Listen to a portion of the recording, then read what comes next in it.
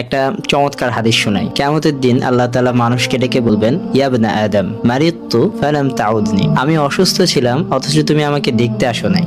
তখন সেই বান্দা বলবে, ইয়া রব্বি কাইফা আউদুকা ওয়া আনতা রাব্বুল আলামিন, আমি আপনাকে কিভাবে দেখতে যাব, আপনি তো সারা পৃথিবীর পালনকর্তা। তখন আল্লাহ তাআলা বলবেন, আমা আলিমতা আন্না আবদি ফুলানান মারিদা ফালাম তাউদহু, যে আমার অমুক বান্দা অসুস্থ ছিল কিন্তু তুমি তাকে দেখতে যাওনি। আমা আলিমতা আন্নাকা লাউ উদতাহু লাওয়াজাদতানি ইনদাহ, যদি তুমি তাকে দেখতে যেতে তাহলে সেখানে আমাকে কাছে পেতে। অতঃপর আল্লাহ তাআলা আবার বলবেন, ইয়া ইবনা আদম ইসতাতআমতুকা ফালাম তুতঈমনি, আমি তোমার কাছে খাবার চেয়েছিলাম কিন্তু তুমি আমাকে খাওয়াওনি। তখন সেই লোকটি বলবে, ইয়া রাব্বি কাইফা উতঈমুকা ওয়া আনতা রাব্বুল আলামিন, আমি আপনাকে কিভাবে খাওয়াবো, আপনি তো সারা পৃথিবীর পালনকর্তা। তখন আল্লাহ তাআলা বলবেন, আমা আলিমতা আন্নাহু ইসতাতআমাকা আবদি ফুলানুন, আমার অমুক বান্দা তোমার কাছে খাবার চেয়েছিল, ফালাম তুতঈমহু, কিন্তু তুমি তাকে খাবার খাওয়াওনি। আমা আলিমতা আন্নাকা লাউ আতআমতাহু লাওয়াজাদতা যালিকা ইনদি, যদি তুমি তাকে খাবার খাওয়াতে তাহলে সেখানে আমাকেই কাছে পেতে। অতঃপর আল্লাহ তাআলা আবার বলবেন,